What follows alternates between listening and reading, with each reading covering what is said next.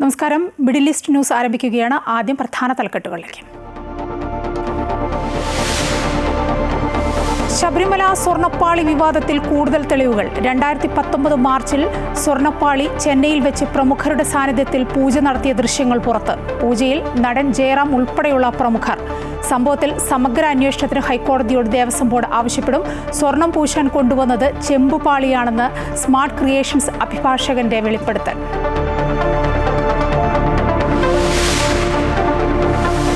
ഉണ്ണികൃഷ്ണൻ പോറ്റിയെ നാളെ ദേവസ്വം വിജിലൻസ് ചോദ്യം ചെയ്യും. ശബരിമലയിൽ അയ്യപ്പ വിഗ്രഹത്തിന് പോലും സംരക്ഷണം കൊടുക്കേണ്ട അവസ്ഥയെന്നും മുഖ്യമന്ത്രി വാ തുറക്കണമെന്നും കോൺഗ്രസ്. ആരുടെയും സംരക്ഷണം ഏറ്റെടുക്കാനില്ലെന്നും ഹൈക്കോടതിയുടെ ഏത് അന്വേഷണത്തെയും സ്വാഗതം ചെയ്യുമെന്നും CPM. പിണറായി സർക്കാരിന്റെ ചെമ്പ് പുറത്തുവന്നെന്ന് BJP.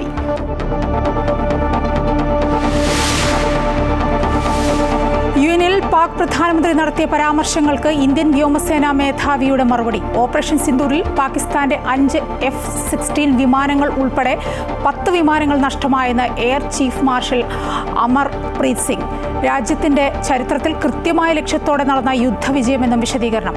പാക് അധീന കശ്മീരിൽ നടക്കുന്നത് കടുത്ത മനുഷ്യാവകാശ ലംഘനമെന്ന് ഇന്ത്യൻ വിദേശകാര്യ മന്ത്രാലയം.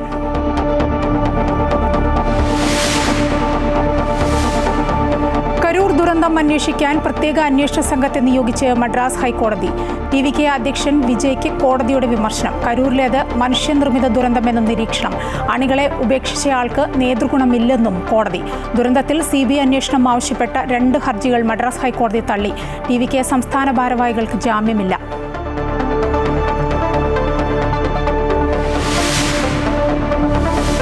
പ്രമുഖ സാഹിത്യകാരനും മാധ്യമപ്രവർത്തകനുമായ TJS ജോർജ് അന്തരിച്ചു. 97 വയസ്സായിരുന്നു. അന്ത്യം ബാംഗ്ലൂരിൽ വിടവാങ്ങിയത് രാജ്യം പത്മഭൂഷൺ നൽകി ആദരിച്ച എഴുത്തുകാരൻ.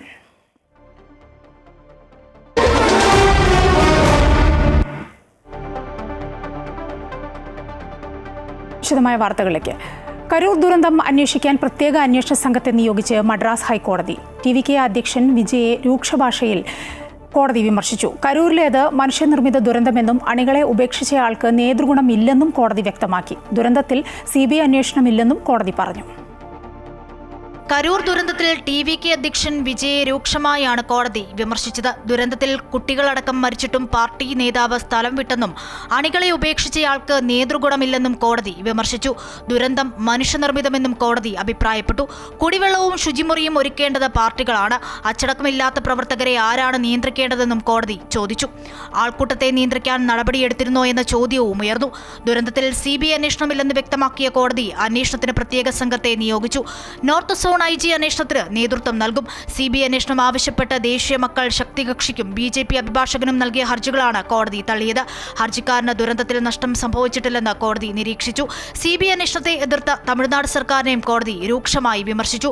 പൗരന്മാരുടെ ജീവൻ സംരക്ഷിക്കേണ്ടത് സർക്കാരിന്റെ ചുമതലയാണെന്നും ആൾക്കൂട്ടത്തെ നിയന്ത്രിക്കാതിരുന്നത് എന്തുകൊണ്ടാണെന്നും കോടതി ചോദിച്ചു. ദുരന്തത്തിന്റെ പശ്ചാത്തലത്തിൽ റോഡിലെ പൊതുയോഗങ്ങളും റാലികളും കോടതി നിരോധിച്ചു. നിലവിൽ പ്രാഥമിക അന്വേഷണം നടക്കുകയാണെന്നും അന്വേഷണം ആരംഭിച്ച ഉടൻ എങ്ങനെ CBIക്ക് കൈമാറുമെന്നും കോടതി ഹർജിക്കാരോട് ചോദിച്ചു. സംഭവം രാഷ്ട്രീയ പോരിനുള്ള വേദിയാക്കരുതെന്നും കോടതി ഓർമ്മിപ്പിച്ചു. അതിനിടെ വിജയ് ഉടൻ കരൂർ സന്ദർശിക്കുമെന്നാണ് റിപ്പോർട്ട്. ചെന്നൈയിൽ ചേർന്ന പാർട്ടി പ്രവർത്തകരുടെ യോഗത്തിന് ശേഷമാണ് വിജയ് നിലപാട് അറിയിച്ചത്. വേണ്ട തയ്യാറെടുപ്പുകൾ നടത്താൻ കരൂരിലെ പ്രവർത്തകർക്ക് വിജയ് നിർദ്ദേശം നൽകി. News desk Amrita news. Sabarimala സ്വർണ്ണപ്പാളി വിവാദത്തിൽ കൂടുതൽ വിവരങ്ങൾ പുറത്ത്. 2019 മാർച്ചിൽ ശബരിമലയിലേക്ക് നിർമ്മിച്ചു നൽകിയ സ്വർണ്ണപ്പാളി ചെന്നൈയിൽ വെച്ച് പ്രമുഖരുടെ സാന്നിധ്യത്തിൽ പൂജ നടത്തിയ ദൃശ്യങ്ങൾ പുറത്തുവന്നു. പൂജയിൽ നടൻ ജയറാം ഉൾപ്പെടെയുള്ള നിരവധി പ്രമുഖരുമുണ്ട്. സംഭവത്തിൽ സമഗ്ര അന്വേഷണത്തിന് ഹൈക്കോടതിയോട് ദേവസ്വം ബോർഡ് ആവശ്യപ്പെടും. സ്വർണം പൂശാൻ കൊണ്ടുവന്നത് ചെമ്പുപാളിയാണെന്ന് സ്മാർട്ട് ക്രിയേഷൻസ് അഭിഭാഷകൻ സ്ഥിരീകരിച്ചു. അതേസമയം ഉണ്ണികൃഷ്ണൻ പോറ്റിയെ നാളെ ദേവസ്വം വിജിലൻസ് ചോദ്യം ചെയ്യും. ശബരിമല സ്വർണ്ണപ്പാളി വിവാദത്തിൽ കൂടുതൽ വെളിപ്പെടുത്തലുകളാണ് ഓരോ നിമിഷവും പുറത്തുവരുന്നത്.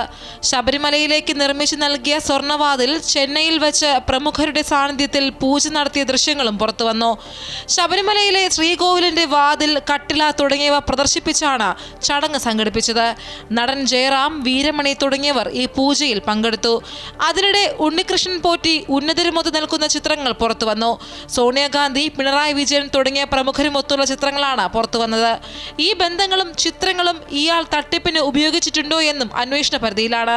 ശബരിമല സ്വർണ്ണപ്പാളിയുമായി ബന്ധപ്പെട്ട വിവാദത്തിൽ സമഗ്ര അന്വേഷണമാണ് വേണ്ടതെന്നും അവധി കഴിഞ്ഞ് ഹൈക്കോടതി തുറക്കുന്ന ദിവസം തന്നെ ഇക്കാര്യം ആവശ്യപ്പെടുമെന്നും Devaswom board president PS Prashanth പറഞ്ഞു.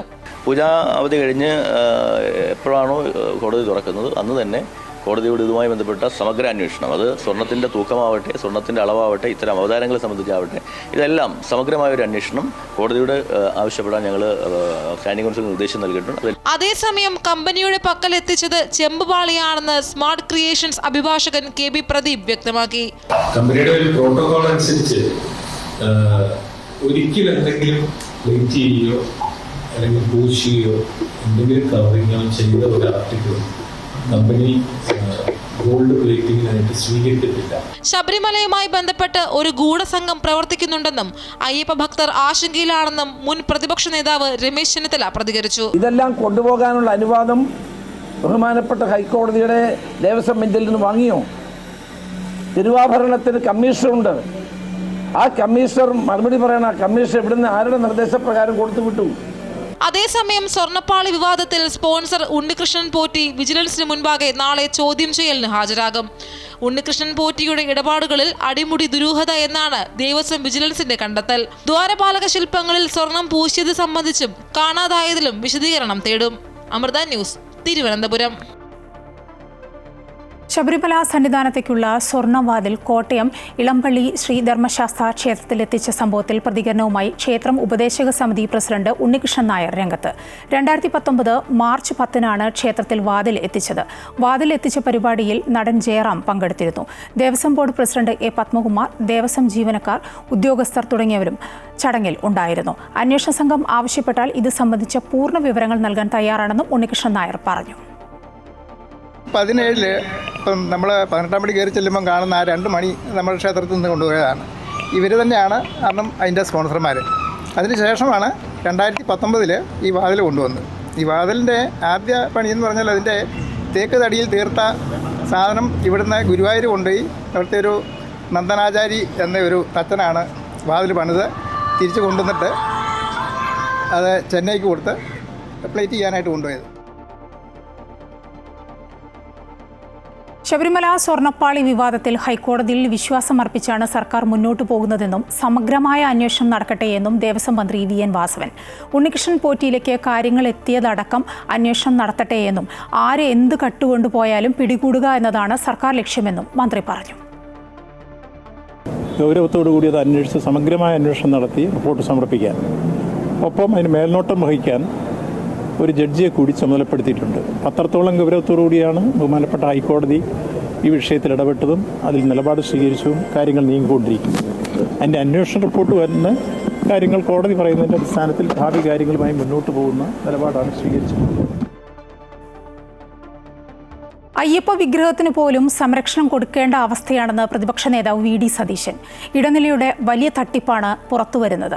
ശബരിമലയിലെ നടപടികൾ സുതാര്യമല്ല. ദേവസ്വം ബോർഡ് പ്രസിഡന്റ് അടക്കം രാജിവെച്ച് പുറത്തുപോകണം. ചെന്നൈയിൽ ദ്വാരപാലക പാളികൾ എത്താൻ സമയമെടുത്തു. ഇതിനിടയിൽ അച്ചുണ്ടാക്കുകയായിരുന്നു. ദേവസ്വം വിജിലൻസ് മാത്രം കേസ് അന്വേഷിച്ചാൽ പോരാ.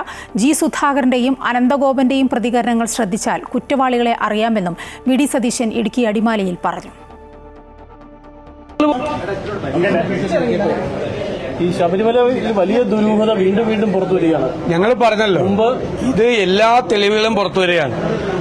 ഇപ്പോൾ ഇത് ഏറ്റെടുത്ത പ്രൈവറ്റ് കമ്പനി വ്യക്തമാക്കിയിരിക്കുകയാണ് അവിടെ ചെമ്പുപാളികൾ മാത്രമേ എത്തിയിട്ടുള്ളൂ. അതിനർത്ഥം എന്താ? സ്വർണം ഇവിടെ വെച്ച് തന്നെ അടിച്ചു മാറ്റി, ചെമ്പുപാളികൾ മാത്രം ചെന്നൈയിലെത്തിച്ചു. ഹൈക്കോടതി ഒരു വലിയ നിരീക്ഷണം നടത്തിയിട്ടുണ്ട്. ഇവിടെ നിന്ന് മാറ്റി കൊണ്ടുപോയതിന് ശേഷം 1 മാസവും 9 ദിവസവും കഴിഞ്ഞ് 39-40 ദിവസം കഴിഞ്ഞതിന് ശേഷമാണ് ഇത് ചെന്നൈയിൽ എത്തിച്ചത്. പിണറായി സർക്കാർ അയ്യപ്പന്റെ സ്വത്ത് തട്ടിയെടുക്കാൻ കൂട്ടുനിന്ന നികൃഷ്ടമായ സർക്കാരാണെന്നും അയ്യപ്പന്റെ സ്വത്ത് വിറ്റിട്ടുണ്ടോ എന്ന് മറുപടി പറയണമെന്നും ACC general secretary KC Venugopal. നന്നാക്കാൻ ഏൽപ്പിച്ച ആളുടെ ക്രെഡിബിലിറ്റി എന്താണെന്ന് പറയണം. യുവതീ പ്രവേശന കാലം മുതൽ സർക്കാർ നിലപാട് തെറ്റാണ്. അതിന്റെ മാനക്കേട് മറയ്ക്കാനാണ് അയ്യപ്പ സംഗമം നടത്തിയതെന്നും വേണുഗോപാൽ ആരോപിച്ചു. നികൃഷ്ട സ്വഭാവമുള്ള സർക്കാരായിട്ട് മാത്രമേ കാണാൻ കഴിയുള്ളൂ. ഭക്തജനങ്ങൾ സംഭാവന നൽകി ഒരു ക്ഷേത്രത്തിന് നൽകുന്ന സ്വത്തുകൾ പോലും കട്ടെടുക്കുന്ന അവസ്ഥ ഉണ്ടാകുന്നുണ്ടെങ്കിൽ, അതിനെ നിയന്ത്രിക്കാതെ അതിനെ കൂട്ടുനിൽക്കുന്ന സ്വഭാവമാണ് കാണിക്കുന്നുണ്ടെങ്കിൽ ആ സ്വഭാവം നികൃഷ്ടമായ സ്വഭാവം തന്നെ. പിണറായി സർക്കാരിന്റെ ചെമ്പ് പുറത്തുവന്നെന്ന് BJP ദേശീയ നിർവാഹക സമിതി അംഗം PK കൃഷ്ണദാസ്. സ്വർണം ചെമ്പ് ആയതിന് കാരണം സർക്കാരും ദേവസ്വവും വ്യക്തമാക്കണമെന്നും പാളികൾ ചെന്നൈയിൽ എത്തിച്ചതിൽ ദുരൂഹതയുണ്ടെന്നും അദ്ദേഹം പറഞ്ഞു.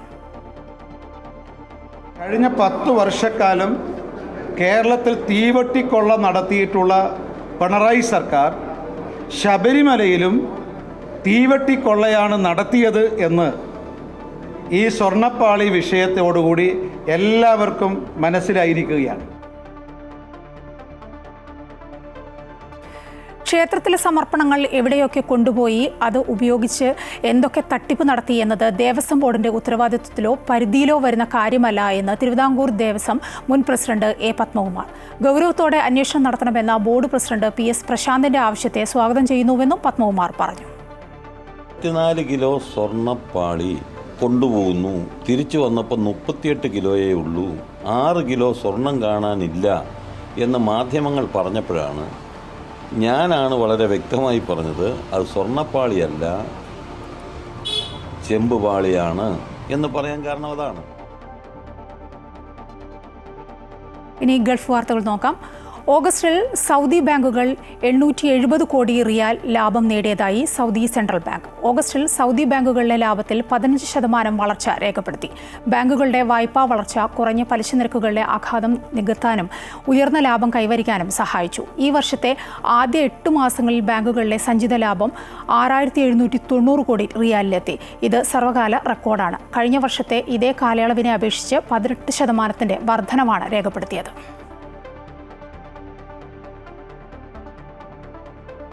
കുവൈറ്റിൽ സ്ഥാനാർബുദം തടയുന്നതിനുള്ള ആരോഗ്യ അവബോധം വർദ്ധിപ്പിക്കുന്നതിനും രോഗം നേരത്തെ കണ്ടെത്താൻ പ്രോത്സാഹിപ്പിക്കുന്നതിനുമായി പിങ്ക് ലൈഫ് ബോയ് ക്യാമ്പയിൻ ആരംഭിച്ചു. സാമൂഹികകാര്യ മന്ത്രി ഡോക്ടർ അംതാൽ അൽ ഹുവൈലയുടെ രക്ഷാകർതൃത്വത്തിലായിരുന്നു ഈ ക്യാമ്പയിൻ നടന്നത്. കുവൈറ്റ് പെട്രോളിയം കോർപ്പറേഷനും അതിൻ്റെ ഉപസ്ഥാപനങ്ങളും പിന്തുണ നൽകി. ഒക്ടോബർ മാസം മുഴുവൻ ഈ പ്രചാരണ പരിപാടികൾ തുടരും. കുവൈറ്റിൽ സ്ഥാനാർബുദ രോഗമുക്തി നിരക്ക് ഈ വർഷം 44% വർദ്ധിച്ചതായി ക്യാൻ director board chairman doctor Khalid Al Salih പറഞ്ഞു.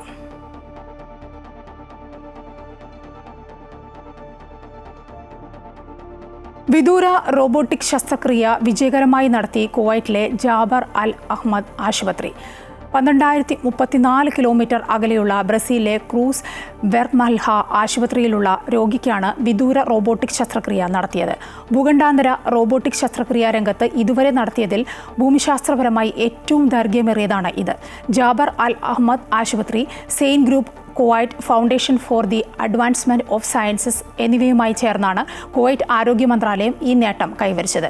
സൈൻ ഗ്രൂപ്പ് ആസ്ഥാനത്ത് നടന്ന ചടങ്ങിൽ ഗിന്നസ് റെക്കോർഡ് സർട്ടിഫിക്കറ്റ് ആരോഗ്യ മന്ത്രാലയത്തിന് സമ്മാനിച്ചു. ആരോഗ്യമന്ത്രി doctor Ahmad al Awadhi, Kuwait foundation for the advancement of സയൻസസിന്റെ director general doctor Amina Farhan, Jaber al Ahmad ആശുപത്രിയിലെ സർജിക്കൽ ടീം എന്നിവരും ഗിന്നസ് ബുക്ക് ഓഫ് വേൾഡ് റെക്കോർഡ്സിൽ നിന്നുള്ള പ്രതിനിധികളും ചടങ്ങിൽ പങ്കെടുത്തു.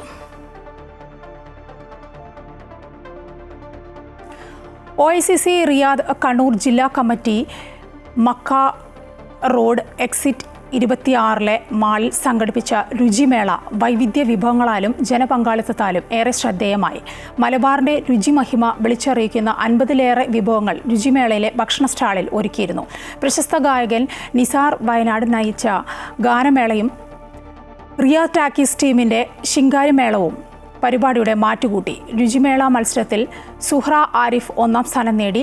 തഫ്സീല ഫയാസ് 2ാം സ്ഥാനവും സഫീദ ജംഷാദ് 3ാം സ്ഥാനവും കരസ്ഥമാക്കി. പരിപാടിയിൽ മുസ്താഖ് അലി മുഖ്യാതിഥിയായിരുന്നു.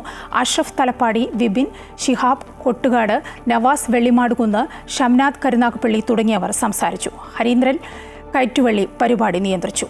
സന്തോഷ് ബാബു അധ്യക്ഷത വഹിച്ചു. ഓൺലൈൻ പണമിടപാടുകൾക്ക് കൂടുതൽ സുരക്ഷ ഉറപ്പാക്കുന്നതിന്റെ ഭാഗമായി OTP സംവിധാനം നിർത്തലാക്കാനൊരുങ്ങി UAE ബാങ്കുകൾ.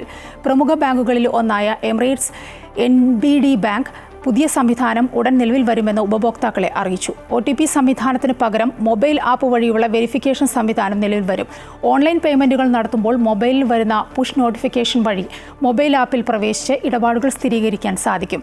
OTP ചോദിച്ചു വാങ്ങിയുള്ള തട്ടിപ്പുകൾ തടയുന്നതിന്റെ ഭാഗമായാണ് പുതിയ സംവിധാനം എന്നും അറിയിച്ചു. അബുദാബിയിൽ ട്രാം സർവീസ് വരുന്നു. സായിദ് രാജ്യാന്തര വിമാനത്താവളം, യാസ് ഐലൻഡ്, അൽ റാഹ, ഖലീഫ സിറ്റി എന്നിവിടങ്ങളെ ബന്ധിച്ചാകും ട്രാം സർവീസ്. അബുദാബിയിൽ നടന്ന ആഗോള റെയിൽ സമ്മേളനത്തിലായിരുന്നു പ്രഖ്യാപനം. 3 ഘട്ടങ്ങളായും നിർമ്മാണം പൂർത്തിയാക്കുക. ആദ്യഘട്ടത്തിൽ യാസ് ഐലൻഡിലെ യാസ് ഗേറ്റ് വേയിൽ നിന്ന് ആരംഭിച്ച് ദ്വീപിലെ വിനോദസഞ്ചാര കേന്ദ്രങ്ങളായ Ferrari world, Yas Marina circuit, Yas bay എന്നിവിടങ്ങളെ ബന്ധിപ്പിക്കും. 2-3 ഘട്ടങ്ങളിൽ വിവിധ താമസ കേന്ദ്രങ്ങളെയും വിമാനത്താവളങ്ങളെയും ബന്ധിപ്പിക്കും. ഒരേ സമയം 600 പേർക്ക് യാത്ര ചെയ്യാവുന്ന ട്രാം ഓരോ 5 മിനിറ്റിലും സർവീസ് നടത്തും. എമിറേറ്റ്സിന് പിന്നാലെ ദുബായ് ആസ്ഥാനമായ ഫ്ലൈ ദുബായ് വിമാന കമ്പനിയും പവർ ബാങ്കുകൾക്ക് നിയന്ത്രണം ഏർപ്പെടുത്തി. യാത്രക്കാർ ക്യാബിൻ ബാഗേജിൽ ഒരു പവർ ബാങ്ക് മാത്രമേ സൂക്ഷിക്കാവൂ എന്ന് ഫ്ലൈ ദുബായ് അറിയിച്ചു.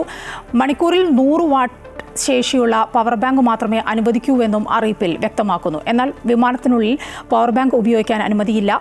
വിമാനത്തിലെ പവർ സോക്കറ്റിൽ നിന്നും പവർ ബാങ്കുകൾ ചാർജ് ചെയ്യരുതെന്നും നിർദ്ദേശമുണ്ട്.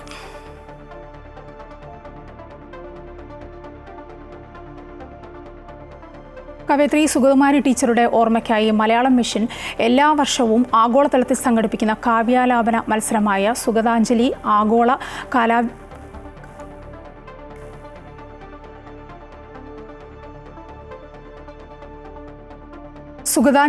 ആഗോള കാവ്യാലാപന മത്സരത്തിന്റെ സൗദി അറേബ്യ ചാപ്റ്റർ തല മത്സര വിജയികളെ പ്രഖ്യാപിച്ചു. സബ് ജൂനിയർ വിഭാഗത്തിൽ അൻസ്റ്റിയ മരിയ 1ാം സ്ഥാനവും അബ്ദുൾ ഹമീസ് 2ാം സ്ഥാനവും ധ്വനി ചന്ദ്രൻ 3ാം സ്ഥാനവും നേടി. ജൂനിയർ വിഭാഗത്തിൽ തീർത്ത PS, ഖദീജ താഹ, ഗൈരി നന്ദ തുടങ്ങിയവർ യഥാക്രമം 1, 2, 3 സ്ഥാനങ്ങൾ നേടി. കഴിഞ്ഞ ദിവസം ഓൺലൈനിൽ നടന്ന ചടങ്ങിൽ പ്രമുഖ എഴുത്തുകാരൻ ജോസഫ് അതുരുങ്കലാണ് വിജയികളെ പ്രഖ്യാപിച്ചത്.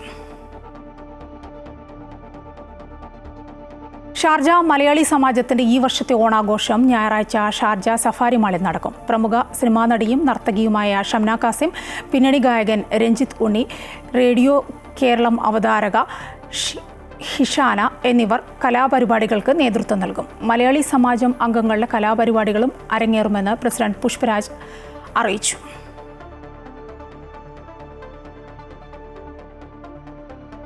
മറ്റു വാർത്തകൾ നോക്കാം. എയിംസ് വിവാദങ്ങളിൽ സർക്കാരിന് താൽപ്പര്യമില്ലെന്ന് മന്ത്രി കെ രാജൻ. എയിംസ് വിഷയത്തിൽ കേന്ദ്രവുമായി ഒരു തർക്കവുമില്ല. പൊതുചർച്ചകളുടെ അടിസ്ഥാനത്തിലാണ് കോഴിക്കോട് സ്ഥലം കണ്ടെത്തിയത്. എല്ലാ വർഷവും പ്രഖ്യാപനമുണ്ടാകുമെന്ന് പറയും, പക്ഷേ അത് ഉണ്ടാവാറില്ല. വികസനത്തിന്റെ കാര്യത്തിൽ കേന്ദ്രത്തോട് മുഖം തിരിഞ്ഞു നിൽക്കുന്ന സമീപനമല്ല കേരളത്തിൻ്റെതെന്നും മന്ത്രി പറഞ്ഞു. വേണ്ടി കോഴിക്കോട് നേരത്തെ ഗവൺമെന്റ് സ്ഥലം കണ്ടെത്തിയിട്ടുണ്ട്. ഈ സ്ഥാപനം തരേണ്ടത് അതാത് വകുപ്പുകളാണ്. അതാത് വകുപ്പുകളുടെ ഭാഗമായിട്ട് ഇതിനു വേണ്ടി മാത്രമല്ല, ഒരു ലബോറട്ടറിയുടെ കാര്യം അദ്ദേഹം പറഞ്ഞു കേട്ടു, എയിംസിൻ്റെ കാര്യം അദ്ദേഹം പറഞ്ഞു കേട്ടു. എന്താണോ അനുവദിക്കാൻ ഉദ്ദേശിക്കുന്നത്, ഞങ്ങളത് ഇന്ന ജില്ലയിൽ അനുവദിക്കുന്നു, ഞങ്ങൾക്ക് സ്ഥലം വേണം എന്നാവശ്യപ്പെട്ടാൽ അപ്പോൾ ഗവൺമെൻറ് പരിശോധിക്കും. സ്ഥലം അക്വസിഷൻ നടത്തിയാണെങ്കിലും അല്ലെങ്കിൽ സ്ഥലം കൈമാറേണ്ടതാണെങ്കിലും കൈമാറും. അതിൽ വേറെ പ്രശ്നമൊന്നുമില്ല. പക്ഷേ റിക്വസിഷൻ കിട്ടണം, അഭിപ്രായ പ്രകടനം മാത്രമല്ല. എയിംസ് ആലപ്പുഴയിൽ തന്നെ വേണമെന്ന പ്രമേയം പാസാക്കി BJP ആലപ്പുഴ ജില്ലാ സൗത്ത് കമ്മിറ്റി. ജില്ലാ ജനറൽ സെക്രട്ടറി KK അനൂപ് രാഷ്ട്രീയ പ്രമേയം അവതരിപ്പിച്ചു. MT രമേശ് അടക്കമുള്ള നേതാക്കൾ യോഗത്തിൽ പങ്കെടുത്തു. താൻ ഒരു രാഷ്ട്രീയ പാർട്ടിയുടെയും ഭാഗമല്ലെന്ന് നടി റിനി. പാർട്ടിയിലേക്ക് സ്വാഗതം ചെയ്യാനുള്ള സ്വാതന്ത്ര്യം KJ ഷൈനുണ്ട്. തീരുമാനമെടുക്കേണ്ടത് താനാണെന്നും റിനി പറഞ്ഞു. അപവാദ പ്രചരണങ്ങൾ നടത്തി പ്രകോപിപ്പിക്കാൻ ശ്രമിച്ചാൽ കൂടുതൽ കാര്യങ്ങൾ വെളിപ്പെടുത്തുമെന്നും അതിന്റെ പ്രത്യാഘാതം വളരെ വലുതായിരിക്കുമെന്നും റിനി പറഞ്ഞു. പറവൂരിൽ CPM സംഘടിപ്പിച്ച പരിപാടിയിൽ പങ്കെടുത്ത് സംസാരിക്കുകയായിരുന്നു നടി. സ്ത്രീപക്ഷ നിലപാട്, സ്ത്രീപക്ഷ രാഷ്ട്രീയം സംസാരിക്കുന്നതിന് വേണ്ടി ഒരു വേദി ഒരുങ്ങിയപ്പോൾ അത് ഒരുക്കിയത് CPM ആണ്. അപ്പോൾ CPMൻ്റെ ഭാഗമായ ഒരു രാഷ്ട്രീയ പ്രസ്ഥാനം, അത് ഏത് രാഷ്ട്രീയ പ്രസ്ഥാനമാണെങ്കിലും ഏത് സംഘടനയാണെങ്കിലും, അതിനിപ്പോൾ കോൺഗ്രസ് ആണെങ്കിലും ഏത് ജനാധിപത്യ സംഘടനയുടെ ഭാഗമായിട്ട് എന്നെ ഈ ഒരു വിഷയത്തിൽ സംസാരിക്കാൻ ക്ഷണിക്കുകയാണെങ്കിൽ ഞാൻ തീർച്ചയായിട്ടും അവിടെ പോവുകയും. ഓപ്പറേഷൻ സിന്ദൂറിലൂടെ പാകിസ്ഥാന് ശക്തമായ മറുപടി നൽകാൻ കഴിഞ്ഞുവെന്ന് വ്യോമസേനാ മേധാവി air chief marshal Amarpreet Singh. F-16 യുദ്ധവിമാനം ഉൾപ്പെടെ 10 വിമാനങ്ങൾ തകർക്കാൻ കഴിഞ്ഞു. മിസൈൽ പ്രതിരോധ സംവിധാനം ഉൾപ്പെടെ തകർത്ത വേഗത്തിൽ തിരികെ എത്താൻ കഴിഞ്ഞുവെന്നും അദ്ദേഹം പറഞ്ഞു. രാജ്യത്തിനു നേരെ ഉയരുന്ന ഭീഷണികളെയെല്ലാം പ്രതിരോധിക്കാനുള്ള ശക്തി വ്യോമസേനയ്ക്കുണ്ടെന്നും അദ്ദേഹം കൂട്ടിച്ചേർത്തു. പഹൽഗാം ആക്രമണത്തിന് മറുപടിയായി ഇന്ത്യ നടത്തിയ തിരിച്ചടിയിൽ ഒന്നും നഷ്ടപ്പെട്ടിട്ടില്ലെന്ന് പാകിസ്ഥാൻ ആവർത്തിക്കുന്ന പശ്ചാത്തലത്തിലാണ് തെളിവുകൾ നിരത്തി വ്യോമസേനാ മേധാവി air chief marshal Amarpreet Singh തന്നെ രംഗത്തെത്തിയത്. ചുരുങ്ങിയ സമയം കൊണ്ട് പാകിസ്ഥാന്റെ വ്യോമത്താവളങ്ങൾ ഉൾപ്പെടെ ആക്രമിക്കാൻ രാജ്യത്തിന് കഴിഞ്ഞുവെന്ന് അദ്ദേഹം പറഞ്ഞു. F-16 യുദ്ധവിമാനം ഉൾപ്പെടെ 10 വിമാനങ്ങളാണ് തകർത്തത്. JF-17, C-130 തുടങ്ങിയ വിമാനങ്ങളും ഇതിൽ ഉൾപ്പെടും. പാകിസ്ഥാന്റെ മിസൈൽ പ്രതിരോധ സംവിധാനം തകർത്തുകൊണ്ടായിരുന്നു തുടക്കം. 4 റഡാർ സംവിധാനങ്ങൾ, 2 റൺവേകൾ ഉൾപ്പെടെ പ്രത്യാക്രമണത്തിൽ തകർത്തു. Clear directive, clear mandate was given to the Indian Armed Forces, and Indian Air Force was the prime stakeholder in that, in terms of 2 major targets out of the 9 that were chosen towards terrorist camps were given to Indian Air Force to address. And I think the way that whole even went by, the way in the aftermath, that 3 or 4 days of conflict that we had with our western neighbor, it stands as a lesson which will go down in history, that this is one war that was started with a very clear objective, and it was terminated in a quick time without just prolonging it. ശക്തമായ മറുപടി എത്രയും വേഗത്തിൽ നൽകുക എന്നുള്ളതായിരുന്നു സായുധ സേനകൾക്ക് നൽകിയിരുന്ന നിർദ്ദേശം. അത് വളരെ ഭംഗിയായി നടപ്പിലാക്കാൻ കഴിഞ്ഞു. 300 കിലോമീറ്ററോളം ഉള്ളിൽ കടന്നായിരുന്നു ആക്രമണം. രാജ്യത്തിന് നേരെ നടക്കുന്ന ആക്രമണങ്ങളെ എന്ത് വില കൊടുത്തും പ്രതിരോധിക്കും എന്നതിന്റെ തെളിവായിരുന്നു ഓപ്പറേഷൻ സിന്ദൂർ എന്ന് അദ്ദേഹം പറഞ്ഞു. ഒരു യുദ്ധമോ ആക്രമണമോ തുടങ്ങിയാൽ എത്ര വേഗത്തിൽ അത് അവസാനിപ്പിക്കണമെന്ന് ഇന്ത്യയെ ലോകരാജ്യങ്ങൾ കണ്ടുപഠിക്കണമെന്നും അദ്ദേഹം കൂട്ടിച്ചേർത്തു. We are seeing what is happening in the world. The 2 wars that are going on, there's no talk about termination, but we could make them reach a stage where they ask for a ceasefire, ask for termination of hostilities, and also we took a call as a nation to terminate those hostilities because our own objectives were met. I think this is something that the world needs to learn from us, and I have said this earlier also. കാലോചിതമായ മാറ്റങ്ങൾ യുദ്ധ സംവിധാനങ്ങളിൽ ഉൾപ്പെടുത്തേണ്ടി വരും. അതിന് സേനാ വിഭാഗങ്ങൾ സജ്ജമാണെന്നും അദ്ദേഹം വ്യക്തമാക്കി. Amrita news, New Delhi. Anganwadi കെട്ടിടത്തിലെ പൊട്ടിയ 5 ടൈലുകൾ മാറ്റുന്നതിന് പകരം ലക്ഷങ്ങൾ മുടക്കി മുഴുവൻ ടൈലുകളും മാറ്റി. കോട്ടയം മുന്നിലാവ് പഞ്ചായത്ത് 13-ാം വാർഡിലെ ചകിണിയാംതടം അംഗൻവാടിയിലെ അറ്റകുറ്റപ്പണിയാണ് വിവാദമായിരിക്കുന്നത്. കെട്ടിട നിർമ്മാണത്തിലും മേൽക്കൂര ഷീറ്റ് സ്ഥാപിച്ചതിലടക്കം വ്യാപക അഴിമതി നടന്നതായാണ് ആരോപണം. 2000-ൽ പ്രവർത്തനമാരംഭിച്ച അംഗൻവാടിയിൽ ഇപ്പോൾ 10ഓളം കുട്ടികൾ പഠിക്കുന്നുണ്ട്. 2 നിലകളുള്ള അംഗൻവാടി കെട്ടിടത്തിന്റെ തറയിൽ പല ഭാഗങ്ങളിലായാണ് 5 ടൈലുകൾ പൊട്ടിയത്. ഇവ മാറ്റി സ്ഥാപിക്കുന്നതിന് പകരമാണ് മുഴുവൻ ടൈലുകളും പൊളിച്ച് പുതിയ ടൈലുകൾ ഇട്ടത്. ഇതിനായി ചിലവായത് 2.5 ലക്ഷത്തോളം രൂപയും. ഇതിനെതിരെ പൊതുപ്രവർത്തകനായ ജോൺസൺ ജില്ലാ കളക്ടർക്കടക്കം പരാതി നൽകിയതിനെ തുടർന്ന് ജോലികൾ തിരക്കിട്ട് പൂർത്തീകരിക്കുകയായിരുന്നു. 2.5 ലക്ഷം രൂപ എസ്റ്റിമേറ്റ് ഇട്ടാണ് ഈ 5 ടൈല് പൊട്ടിയതിൻ്റെ ഭാഗത്തായിട്ട് മുഴുവൻ ടൈലുകളും മാറ്റിക്കൊണ്ട് ഇപ്പോൾ ഒരു വലിയ അഴിമതി നടത്തിയിരിക്കുന്നത്. ഇത് ഞാൻ കളക്ടർക്ക് പരാതിപ്പെട്ടിട്ടുണ്ട്. മീനച്ചി ലീഗൽ സൊസൈറ്റി ഒരു അദാലത്തുണ്ടായിരുന്നു, അതിലുമൊക്കെ പരാതിപ്പെട്ടിരുന്നതാണ്. അതിന് വിരുദ്ധമായിട്ടാണ് ഇപ്പോൾ ഇത് കോൺട്രാക്ടറും പഞ്ചായത്തിലെ ഉദ്യോഗസ്ഥരും വാർഡ് മെമ്പർമാരും എല്ലാം കൂടെ കൂടി ഒരു വലിയ അഴിമതിയാണ് ഇവിടെ, പൊതുജനങ്ങളെ കൊള്ളയടിക്കുന്നതിന് വേണ്ടി ഒരു അഴിമതിയാണ് ഇവിടെ നടത്തിയിരിക്കുന്നതാണ് എനിക്ക് പറയാം. അതേസമയം അംഗൻവാടി പ്ലേ ഏരിയയിലെ ബാക്കി ടൈലുകൾ കൂടി മാറ്റേണ്ട സ്ഥിതിയിലായിരുന്നുവെന്നും പഞ്ചായത്ത് AXC അടക്കം വിലയിരുത്തിയ ശേഷമാണ് നിർമ്മാണാനുമതി നൽകിയതെന്നും പഞ്ചായത്ത് പ്രസിഡന്റ് ചാർലി ഐസക് പറഞ്ഞു. അംഗൻവാടി കെട്ടിട നിർമ്മാണത്തിലും മേൽക്കൂരയിലെ ഷീറ്റ് മാറ്റി സ്ഥാപിച്ചതിലും അടക്കം വ്യാപക അഴിമതി നടന്നിട്ടുള്ളതായും ആരോപണമുണ്ട്. പുറത്ത് കാണുന്ന 4 ഷീറ്റ് 1.5 ലക്ഷം രൂപയുടെ, അതുപോലെ പുറത്തെ കെട്ടിടം പണിതപ്പോൾ ഞാൻ ഉടക്കി കഴിഞ്ഞപ്പോൾ അതിലിട്ടത് 3 ഇഞ്ചിൻ്റെ കമ്പിയാണ് ഇട്ടിരിക്കുന്നത് അകത്തോടെ വാർക്കയ്ക്ക്. എന്നിട്ട് കാണാൻ വേണ്ടി വാർക്ക തീർന്ന് കഴിയപ്പം 8 മമ്മിൻ്റെ കൊണ്ട് 5-6 കമ്പി കൊണ്ടുവന്ന് മേലെ കൊണ്ടെന്ന് വെച്ചു. ഞാൻ ചോദ്യം ചെയ്ത് പറഞ്ഞ് 2 ലക്ഷം രൂപ കെട്ടി വെച്ച് പൊളിച്ച് കാണിച്ചു തരാമെന്ന് പറഞ്ഞു. തദ്ദേശ തെരഞ്ഞെടുപ്പിന് മുൻപ് പണം തട്ടാൻ നടത്തിയ പ്രവർത്തനങ്ങളാണെന്നാണ് പ്രദേശവാസികളുടെ ആരോപണം. പണി പൂർത്തിയാക്കിയെങ്കിലും നിയമ നടപടികളുമായി മുന്നോട്ട് പോകുമെന്ന് ജോൺസൺ വ്യക്തമാക്കി. അമൃത ന്യൂസ്, കോട്ടയം. കപ്പയും കാന്താരിയും മലയാളികൾക്കേറെ പ്രിയങ്കരമായ ഭക്ഷണമാണ്. ആ കപ്പയും കാന്താരിയും ഒരു പഞ്ചായത്തിലെ എല്ലാ വീടുകളിലേക്കും വിരുന്നെത്തിയാലോ? എല്ലാ വീടുകളിലും കപ്പയും കാന്താരിയും എന്ന വ്യത്യസ്ത പദ്ധതിയുമായി രംഗത്തെത്തിയിരിക്കുകയാണ് ആലപ്പുഴയിലെ കഞ്ഞിക്കുഴി പഞ്ചായത്ത്. ആ വിശേഷങ്ങൾ കാണാം. കഞ്ഞിക്കുഴിയുടെ കാർഷിക പെരുമയ്ക്ക് മാറ്റുകൂട്ടുകയാണ് പഞ്ചായത്തിന്റെ ഈ പുതിയ പദ്ധതി. മലയാളിയുടെ പരമ്പരാഗത ഭക്ഷണശീലങ്ങളിലൊന്നായ കപ്പയും കാന്താരിയും പഞ്ചായത്തിൽ സുലഭമാക്കുകയാണ് LDF നേതൃത്വം നൽകുന്ന പഞ്ചായത്ത് ഭരണസമിതി. പഞ്ചായത്തിലെ 18 വാർഡുകളിലായി 9,000-ലധികം കുടുംബങ്ങൾക്കാണ് കപ്പക്കമ്പും കാന്താരി മുളക് തൈകളും വിതരണം ചെയ്യുന്നത്. എല്ലാ വാർഡുകളിലും എത്തിച്ചു കഴിഞ്ഞിട്ടേ ഉള്ളൂ അത് വിതരണം ചെയ്തുകൊണ്ടിരിക്കുകയാണ്. അത് ഒരാൾക്ക് 2 കപ്പക്കൊമ്പും 5 കാന്താരി എന്ന രീതിയിലാണ് കൊടുക്കുന്നത്. ആ കപ്പക്കൊമ്പ് തന്നെ 10 മുറിച്ച് വെച്ച് 10 മൂടുകളായി വെച്ച് അതിനുള്ള ഒരു ചോടിൽ നിന്ന് ഏകദേശം 5 കിലോ വെച്ച് ഒരാൾക്ക് 50 കിലോ കപ്പയെങ്കിലും ഉൽപ്പാദിപ്പിക്കാൻ കഴിയുമെന്നാണ് പ്രതീക്ഷിക്കുന്നത്. പഞ്ചായത്ത് പദ്ധതിയിൽ 5 ലക്ഷം രൂപ വകയിരുത്തിയാണ് പദ്ധതി നടപ്പിലാക്കുന്നത്. ഇതിനായി കൃഷി വകുപ്പിന്റെ സഹായത്തോടെ കർമ്മസമിതിയുടെ നേതൃത്വത്തിൽ തൈകൾ പ്രത്യേകം നട്ടുവളർത്തി.